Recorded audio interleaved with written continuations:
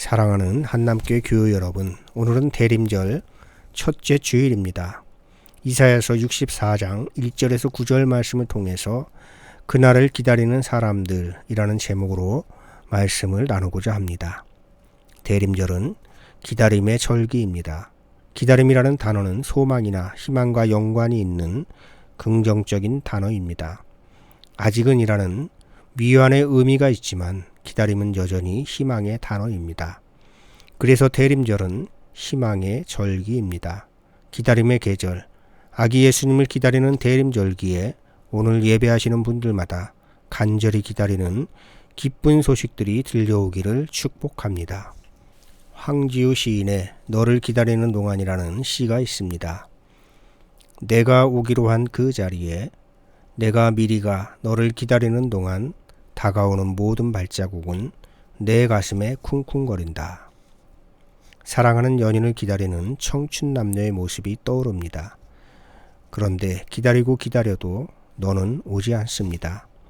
그러자 시인은 오지 않는 너를 기다리며 마침내 나는 너에게로 간다고 합니다. 그래서 시인은 나는 너에게 가고 너는 지금도 오고 있다고 합니다. 시인의 너는 단순히 청춘 남녀의 사랑하는 애인만을 의미하지 않습니다.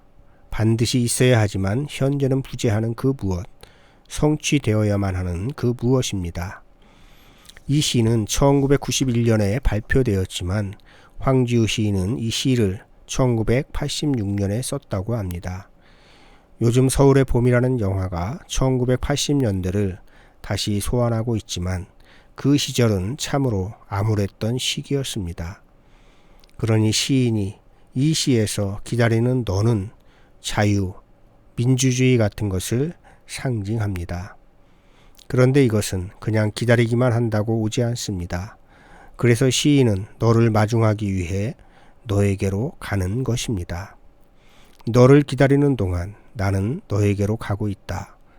시의 마지막 문장을 주님을 기다리는 동안 나는 주님에게로 가고 있다 하는 문장으로 바꾸어 봅니다. 오시는 주님과 주님을 마중하는 삶이 조화를 이루어 가슴 쿵쿵거리는 설렘의 대림절을 보내시길 바랍니다. 시간을 거슬러 올라가서 2800년 전 남한국 유다의 예루살렘 성전을 중심으로 하나님의 말씀을 전하는 선지자가 있었습니다. 우리가 읽은 이사야서의 말씀은 신학적으로 제3 이사야서에 해당합니다. 제3 이사야서의 시대적인 상황은 남한국 유다가 바벨론이라는 신흥 강대국의 포로로 끌려간 후입니다. 포로 생활이 정점에 달했을 때 바벨론 강가에서 조국을 그리워하며 예루살렘 성전을 복구할 날을 소망하던 시기입니다. 그러나 자신들의 힘으로는 어쩔 수 없음을 알기에 하나님께 간절히 구하는 것입니다.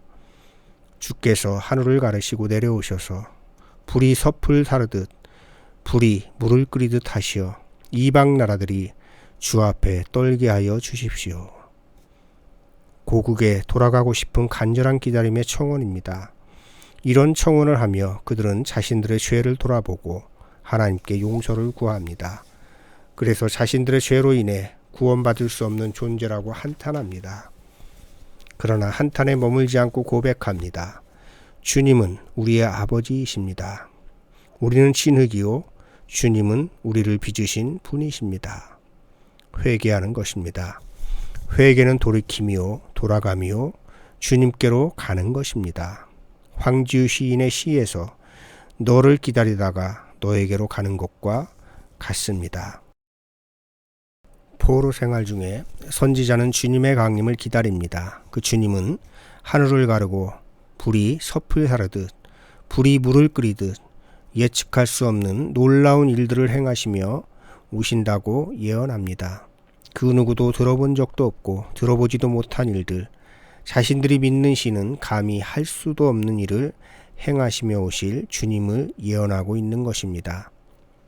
산들이 무서워서 떨 만큼 강력한 주님이 오셔야 자신들을 포로로 삼고 있는 강대국들을 평정하실 수 있다고 생각했던 것입니다. 그런데 이렇게 무서운 주님이 오시면 형식적인 제사를 지내고 하나님과는 상관없는 삶을 살아가는 자신들이라고 무사할 수 없다고 생각했던 것입니다. 그래서 예언자는 간구하는 것입니다.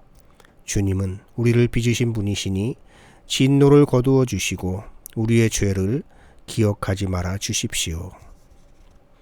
이런 간절한 소망을 품고 주님을 기다리는 예언자는 황지우 시인이 기다리는 너에게로 가는 것처럼 오시는 주님에게로 갑니다. 주님에게로 가는 사람들, 회개한 사람들은 어떤 사람들입니까? 5절 말씀에 정의를 기쁨으로 실천하는 사람과 주의 길을 따르는 사람, 주를 기억하는 사람입니다. 그들이 주님을 만나게 될 것입니다.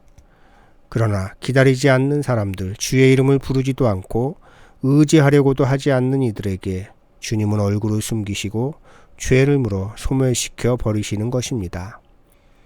지금 당장은 현실이지만 예언자는 조국의 암담한 현실 속에서 절망하는 것이 아니라 주님을 기다리고 주님에게로 가는 것만이 살 길이라고 예언하는 것입니다. 한재용 목사의 삶은 기다림이어서 라는 복음성가가 있습니다. 삶은 기다림이어서 이해할 수 없는 수많은 순간들, 주의 뜻을 묻고 기다리는 게 나 걸어가야 할 길이라서 삶은 기다림이어서 견디기 힘든 날들, 수많은 아픔들, 주 내게 주신 그 나라를 바라며 이겨내는 게 나의 길이라서 캄캄하기만 한 두려운 내 앞길과 참기 힘든 시련과 어려운 상황 속에서 날 품어주신 주를 기대하며 주가 주신 나의 길을 가려해.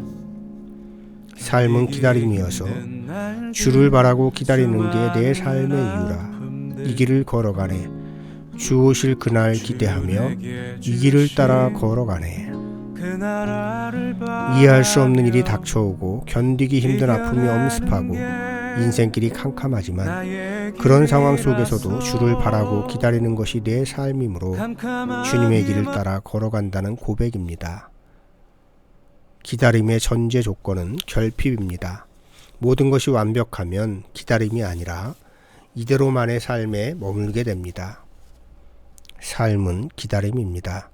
주님의 뜻을 묻고 삶에 대해 깊이 묵상하면 삶은 기다림이며 그 기다림의 시간이 복된 시간임을 알게 될 것입니다. 그래서 기다림의 신앙은 종말론적인 신앙과 맞닿아 있는 것입니다. 추수감사주일에 나의 감사를 넘어 너의 감사로 나아가야 한다 하는 말씀을 드린 바 있습니다. 개인적인 영역의 기다림이 의미 없다는 말씀을 드리는 것이 아닙니다. 거기에만 매몰되지 말라는 것입니다. 나를 넘어 너의 기다림, 교회와 국가, 더 나아가서는 세계가 기다리는 것도 헤아릴 수 있어야 합니다. 기다림은 인내하며 기다리는 것입니다.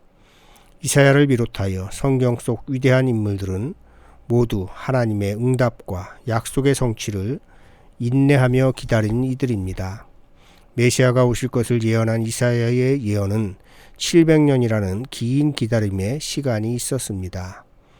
대림절의 기다림은 심판주로 강림하실 그분을 기대하고 고대하는 종말론적인 기다림입니다.